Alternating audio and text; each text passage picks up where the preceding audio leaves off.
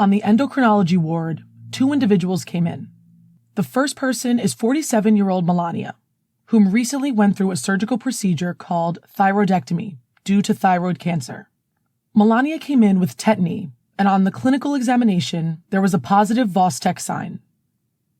The other person is 55-year-old Emma, who came in with constipation, muscle weakness, and bone pain. She has a history of kidney stones, specifically calcium stones, and she also said that she's been feeling down lately. Calcium, phosphate, and PTH levels were taken in both individuals. Melania had low levels of calcium, high levels of phosphate, and low levels of PTH, whereas Emma had high levels of calcium, low levels of phosphate, and high levels of PTH. Both individuals seem to have a problem in their parathyroids. First, a bit of physiology. The 4 parathyroid glands are on the posterior of the thyroid gland, and their main job is to keep blood calcium levels stable. Changes in the body's levels of extracellular calcium and phosphate levels are detected by the surface receptor in the parathyroid's chief cells. Both decreased calcium levels and increased phosphate levels can signal the chief cells to release more parathyroid hormone, or PTH. PTH affects many organs. In the bones, it binds to osteoblasts, the bone-building cells, and causes them to release rank ligands, or rank L, along with monocyte colony stimulating factor, or MCSF. These will cause osteoclast precursors to mature into osteoclasts, which break down bones and release calcium and phosphate into the blood. PTH also gets the kidneys to reabsorb more calcium and excrete more phosphate. It also activates calcitriol, also known as 1,25-dihydroxycholecalciferol, or active vitamin D. Active vitamin D then goes on to cause the gastrointestinal tract to increase calcium absorption. Altogether, these effects help to increase extracellular levels of calcium when they're low. Now, let's talk about hypoparathyroidism, where there's an abnormality with the parathyroid glands, so PTH levels are low. The most common cause is removal of the parathyroid glands during thyroid or parathyroid surgeries. Another cause is an autoimmune condition that destroys parathyroid glands. There are also genetic causes like DiGeorge syndrome, which causes a variety of immune and birth defects. With DiGeorge syndrome, the 3rd and 4th pharyngeal pouches don't develop, so the parathyroid glands and thymus that originate here will be missing in the infant. Then, there's pseudo-hypoparathyroidism, where PTH levels are normal or high, but the kidneys and bones don't respond to PTH, which is called PTH resistance.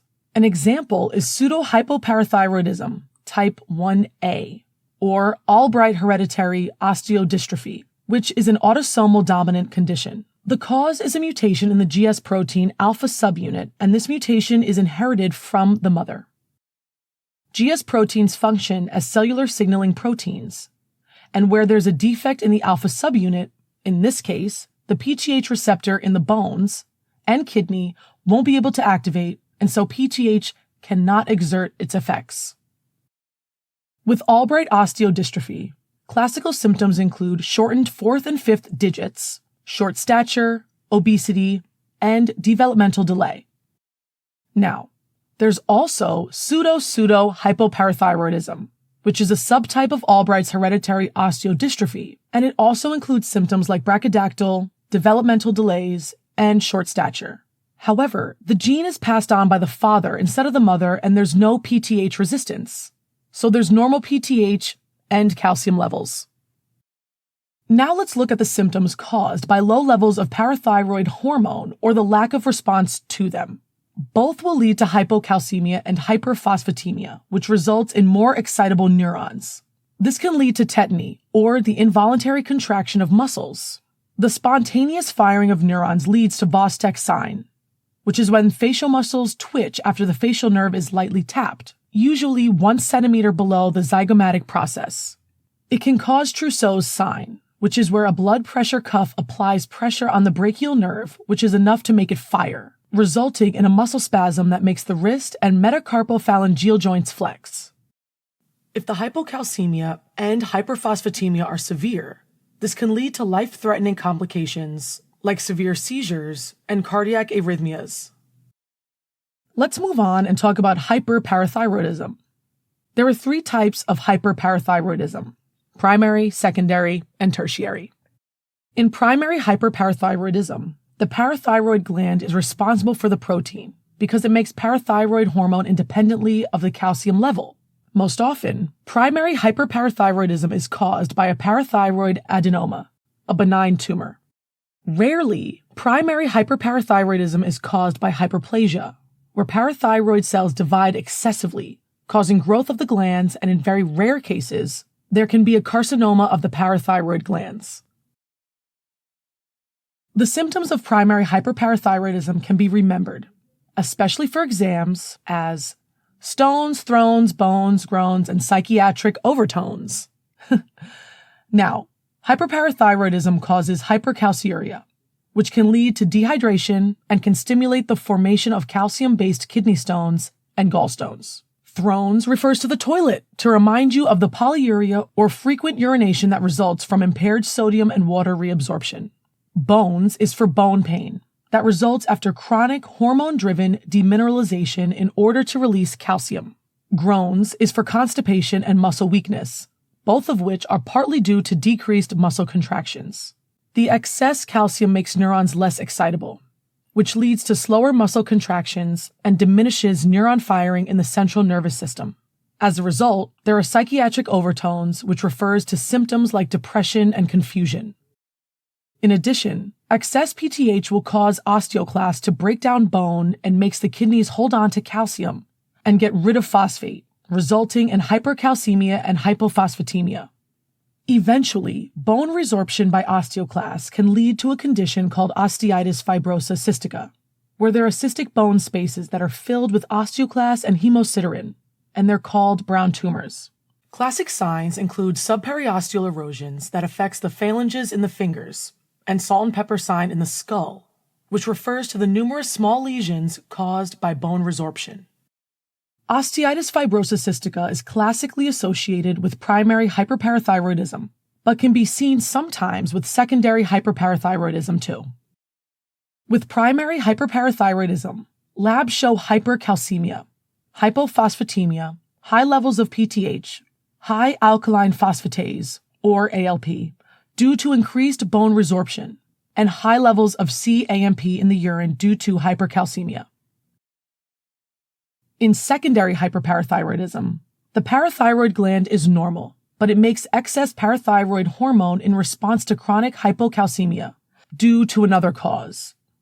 Most often, the problem is chronic kidney disease, where the kidneys cannot excrete phosphate properly or make enough calcitriol. The hyperphosphatemia reduces the amount of free calcium ions in the blood by binding with them, and the lack of calcitriol means less calcium is absorbed by the intestine. Secondary hyperparathyroidism can present with symptoms of chronic kidney disease, as that is often the underlying cause. Other secondary hyperparathyroidism symptoms include bone resorption, called renal osteodystrophy, and calcification in blood vessels and soft tissues, because the high levels of phosphate stick to any available calcium, forms bone-like crystals that deposit in different tissues. Labs show hypocalcemia, hyperphosphatemia, low levels of vitamin D, as well as high PTH levels, usually above 50 picograms per milliliter, and high ALP levels. Tertiary hyperparathyroidism is basically a situation where individuals who have had secondary hyperparathyroidism for many years develop primary hyperparathyroidism. Specifically, parts of the parathyroid gland start making parathyroid hormone independently of blood calcium levels, resulting in hypercalcemia. Labs show really high levels of PTH and hypercalcemia. Another condition is familial hypocalciuric hypercalcemia, or FHH. This is a genetic disorder caused by defective calcium-sensing receptor in the parathyroids and the kidney.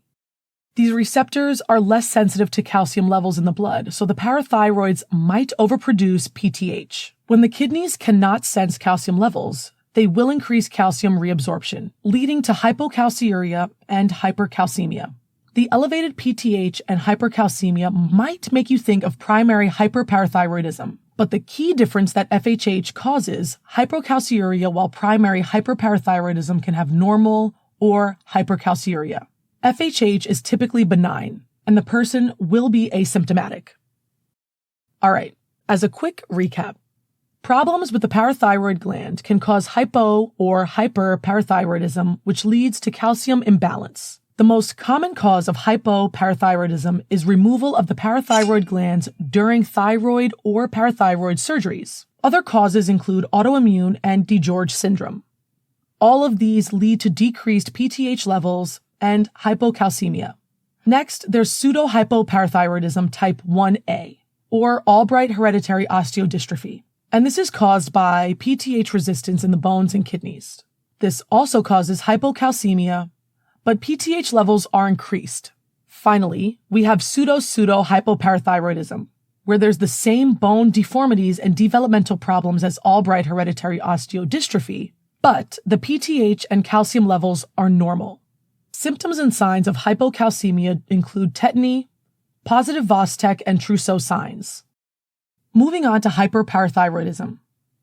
Primary hyperparathyroidism is most often caused by a single parathyroid adenoma, but can also be caused by hyperplasia and carcinoma of the parathyroids, all of which increases PTH release. The symptoms of primary hyperparathyroidism can be remembered as stones, thrones, bones, groans, and psychiatric overtones. Over time, osteitis fibrosa cystica can develop. Labs will show increased PTH, hypercalcemia, and hypophosphatemia. Familial hypocalciuric hypercalcemia will also have hypercalcemia and sometimes moderately elevated PTH, but there will be hypocalciuria. In secondary hyperparathyroidism, the parathyroid gland makes excess parathyroid hormone in response to chronic hypocalcemia, like in chronic kidney disease. Labs show hypocalcemia, hyperphosphatemia, low levels of vitamin D, as well as high PTH levels. Tertiary hyperparathyroidism is basically a situation where individuals who have had secondary hyperparathyroidism for many years develop primary hyperparathyroidism. Labs show really high levels of PTH and hypercalcemia. Back to our cases. Melania came in with tetany and positive Vostek sign, both suggesting hypocalcemia. Labs showed hypocalcemia, hyperphosphatemia, and low PTH. Based on history, symptoms, and signs, and labs, Melania is suffering from hypoparathyroidism, probably caused by the recent removal of her thyroid, which also removed the parathyroid glands. Emma came in with constipation and muscle weakness, as well as bone pain. She also has a history of kidney stones, and lately she has been feeling low, suggesting she might be depressed. All of these signs, stones, bones, groans, and psychiatric overtones, suggest primary hyperparathyroidism, which is then confirmed by the labs: hypercalcemia, hypophosphatemia, and high levels of PTH. Imaging studies of the parathyroids were done, and a PTH-secreting adenoma was found.